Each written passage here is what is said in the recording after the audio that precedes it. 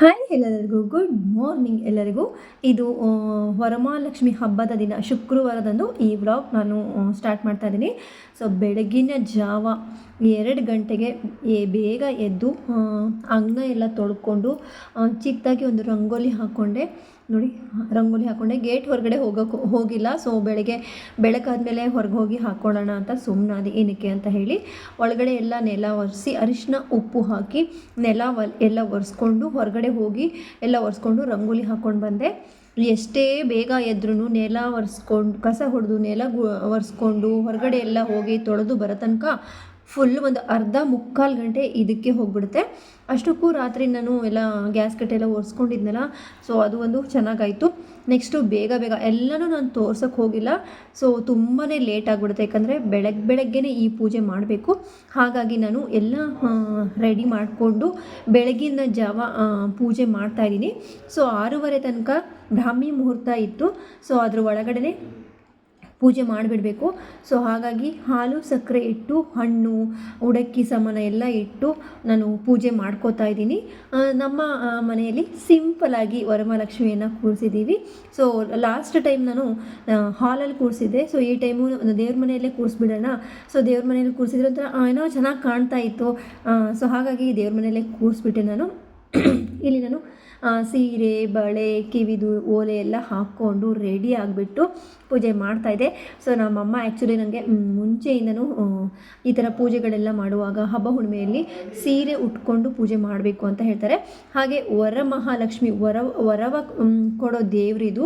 So ನಾವು ಹೇಗೆ ಅಲಂಕಾರ ಮಾಡ್ಕೊಂಡು ಹೆಣ್ಮಕ್ಳು ಪೂಜೆ ಮಾಡ್ತೀವೋ, ಸೊ ನಾವು ಹೇಗಿರ್ತೀವೋ ಹಾಗೇ ತಥಾಸ್ತು ಅಂತಾರೆ.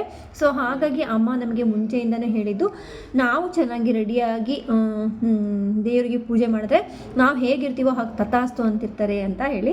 ಸೊ ಹಾಗಾಗಿ ನಾನು ಸೀರೆ ಎಲ್ಲ ಉಟ್ಟು ಬಳೆ ಎಲ್ಲ ಹಾಕ್ಕೊಂಬಿಟ್ಟು ಕಿವಿದೆಲ್ಲ ಚೇಂಜ್ ಮಾಡಿಕೊಂಡು ಒಲೆ ಎಲ್ಲ ಹಾಕ್ಕೊಂಬಿಟ್ಟು ರೆಡಿಯಾಗಿ ಪೂಜೆ ಮಾಡಿದೆ. ಸೊ ಲೈಟಿಂಗ್ಸ್ ಎಲ್ಲ ಹಾಕಿದೆ, ಬಾಳೆ ಎಲ್ಲ ಇಟ್ಬಿಟ್ಟು ಸೀರೆ ಉಡ್ಸಿಲ್ಲ. ಸೊ ಬ್ಲೌಸ್ ಪೀಸೇ ಮುಡಿಸ್ಬಿಟ್ಟು ದೇವಿದು ಮೂರ್ತಿ ಇತ್ತು. ಸೊ ಅದನ್ನು ಎಲ್ಲ ಅಲಂಕಾರ ಮಾಡಿ ಪೂಜೆ ಮಾಡಿದ್ದೀನಿ. ಸೊ ನಮ್ಮ ಮನೆಯ ಸಿಂಪಲಾಗಿ ವರಮಹಾಲಕ್ಷ್ಮಿ ಪೂಜೆ. ಸೊ ನಿಮಗೆಲ್ಲ ಹೇಗೆ ಅನ್ನಿಸ್ತು ಅಂತ ಹೇಳಿ. ಹೀಗೆ ದ್ರಾಕ್ಷಿ ಗೋಡಂಬಿ ಉತ್ತತ್ತಿ ಉಡಕ್ಕಿ ಸಾಮಾನ ಎಲೆ ಅಡಿಕೆ ಕೊಬ್ಬರಿ ಅರಿಶಿನ ಕೊಂಬು ಹಾಗೆ ಬ್ಲೌಸ್ ಪೀಸು ಸೀರೆ ಇದೆಲ್ಲ ಇಟ್ಟು ಪೂಜೆ ಮಾಡಿದೆ. ನೋಡಿ, ನಾನು ಎದ್ದಿದ್ದು 1 ಗಂಟೆಗೆ. ಸೊ ಪೂಜೆ ಮಾಡ್ಕೊಂಡು ಎಲ್ಲ ರೆಡಿ ಮಾಡಿಕೊಂಡು ಪೂಜೆ ಮಾಡ್ಕೊಳ್ಳೋ ತನಕ ಬೆಳಗ್ಗೆ ಆಗೋಯಿತು. ನೋಡಿ, ಆ್ಯಕ್ಚುಲಿ ಎಲ್ಲನೂ ಒಂದು ಕಡೆಯಿಂದನೂ ನಾನೇ ಮಾಡ್ಕೊಂಡಿದ್ದು. ಇವರು ಇರಲಿಲ್ಲ. ಸೊ ಬೆಳಗ್ಗೆ ಹೋಗಿ ರಾತ್ರಿ ಬರ್ತಾಯಿದ್ರು. ಮಾವಿನ ಎಲೆಯಿಂದ ಹಿಡಿದು ಪ್ರತಿಯೊಂದೂ ಅವ್ರು ತಂದು ನನಗೆಲ್ಲ ಕೊಡ್ತಾಯಿದ್ರು. ಬಟ್ ಅವ್ರು ಇಲ್ಲದೆ ಇರೋದಕ್ಕೆ ಅಂದರೆ ಬೆಳಗ್ಗೆ 9:30 ಹೋಗಿಬಿಟ್ರೆ ನೈಟು 10 ಗಂಟೆಗೆ ಬಂದಿದ್ದರು. ಸೊ ಹಾಗಾಗಿ ಎಲ್ಲ ಕಡೆಯಿಂದನೂ ಒಂದು ಕಡೆಯಿಂದನೂ ಎಲ್ಲ ರೆಡಿ ಮಾಡಿಕೊಂಡು ಹೊರಗಿನ ಸಾಮಾನದಿಂದ ಹಿಡಿದು ಎಲ್ಲನೂ ನಾನೇ ತಂದ್ಕೊಂಡು ಮಾಡಿದ್ದು. ಫುಲ್ ಏನಪ್ಪ ಅಂತಂದರೆ ಸುಸ್ತು ಅಂತ ಅನಿಸಿಲ್ಲ. ಲಾಸ್ಟ್ ಟೈಮು ಫುಲ್ಲು ನಿದ್ದೆಗೆ ಇಟ್ಟಿದ್ದೆ. ಸೊ ಈ ಟೈಮ್ ಒಂದು 2-3 ಅವರ್ ಆದರೂ ಮಲಗಿದ್ದೆ. ಸೊ ಚೆನ್ನಾಗಿ ಏನೂ ಅನಿಸಿಲ್ಲ, ಸುಸ್ತೇನೂ ಅನಿಸಿಲ್ಲ. ತುಂಬಾ ಖುಷಿ ಆಯಿತು ಪೂಜೆ ಮಾಡಿ. ಸೊ ನನಗಂತೂ ತುಂಬ ಖುಷಿ ಆಯಿತು, ಮನೇಲೂ ಅಷ್ಟೇ ಎಲ್ಲರೂ ಖುಷಿಪಟ್ಟರು. ಹಾಗೆ ಇಲ್ಲಿ ಆಮೇಲೆ ಅಡುಗೆ ಮಾಡಬೇಕಾಗಿತ್ತು.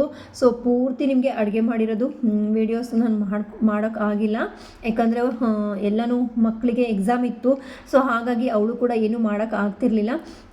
ಫುಲ್ಲು ಎಲ್ಲ ಕಡೆಯಿಂದನೂ ಒಬ್ಬಳೆ ಮಾಡಿಕೊಂಡೆ.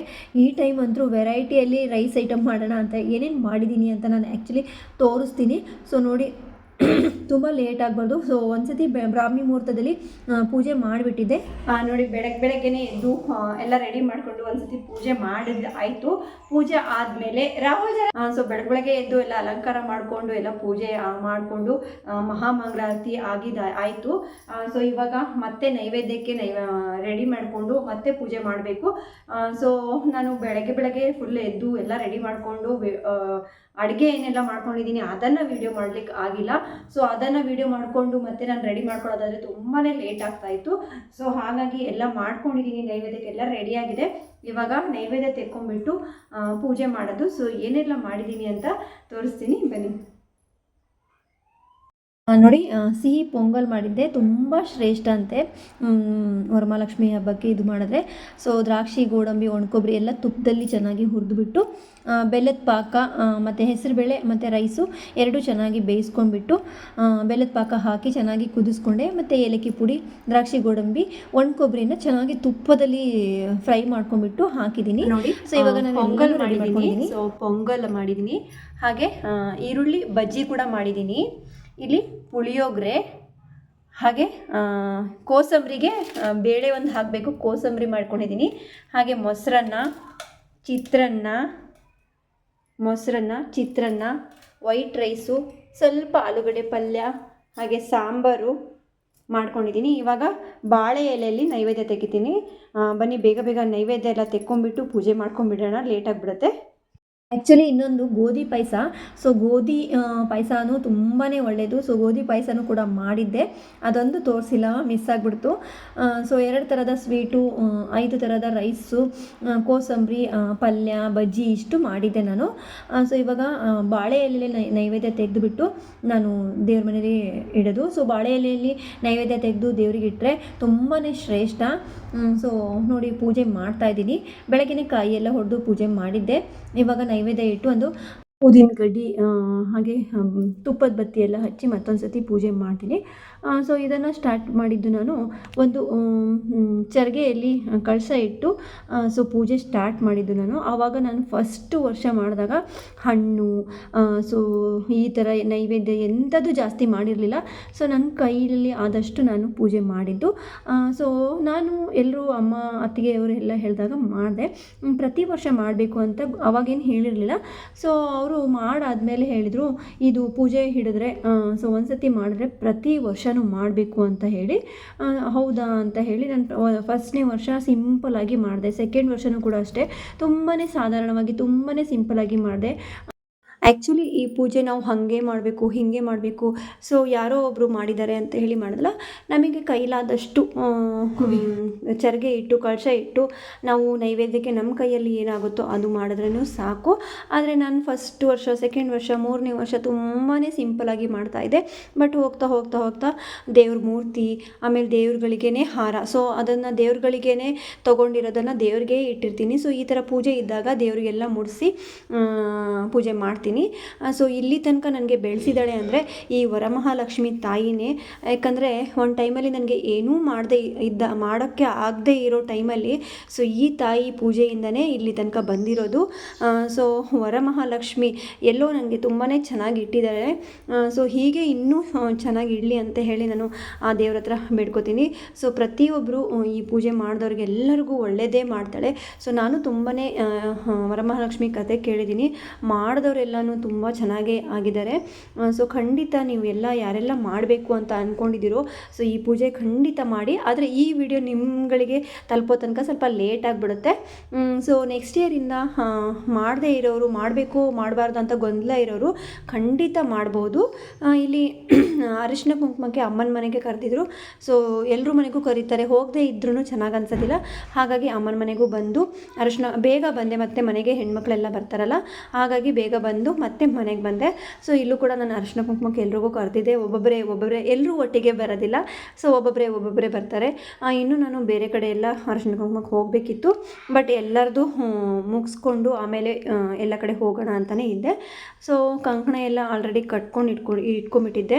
ಯಾಕಂದರೆ ಕಂಕಣ ಹಬ್ಬದಲ್ಲಿ ಎಲ್ರಿಗೂ ಕಂಕಣ ಕಟ್ಟಿ ಸೊ ಅರಿಶಿನ ಕುಂಕುಮ ಕೊಟ್ಟರೆ ಒಂಥರ ಖುಷಿ ಅನಿಸುತ್ತೆ. ಸೊ ಎಲ್ರಿಗೂ ಬಂದವ್ರಿಗೆಲ್ಲ ಕಂಕಣ ಮಾಡಿ ಇಟ್ಟಿದ್ದೆ. ಸೊ ಕಡಿಮೆ ಬಿದ್ದಾಗೂ, ಸೊ ಎಕ್ಸ್ಟ್ರಾ ಹೆಣ್ಮಕ್ಳು ಬಂದಾಗೂ ಅವಾಗೇ ಬೇಗ ಕಂಕಣ ಎಲ್ಲ ಕಟ್ಕೊಂಡು ಕಂಕಣ ಕಟ್ಟಿ ಅರಿಶಿನ ಕುಂಕುಮ ಕೊಟ್ಟು ಬ್ಲೌಸ್ ಪೀಸು, ಬಾಳೆಹಣ್ಣು, ಎಲೆ, ಅಡಿಕೆ ಎಲ್ಲ ಇಟ್ಟು ನಾನು ಎಲ್ರಿಗೂ ಉಡಕ್ಕಿ ಕೊಟ್ಟೆ. ಸೊ ಒಂಥರ ಖುಷಿ. ನಾನು ಈ ವರಮಹಾಲಕ್ಷ್ಮಿ ಹಬ್ಬ ಮತ್ತು ದೀಪಾವಳಿಯಲ್ಲಿ ಅಮಾವಾಸ್ಯೆ ದಿನ, ಸೊ ಅಮಾವಾಸ್ಯೆ ಲಕ್ಷ್ಮಿ ಪೂಜೆ ಮಾಡ್ತೀನಿ.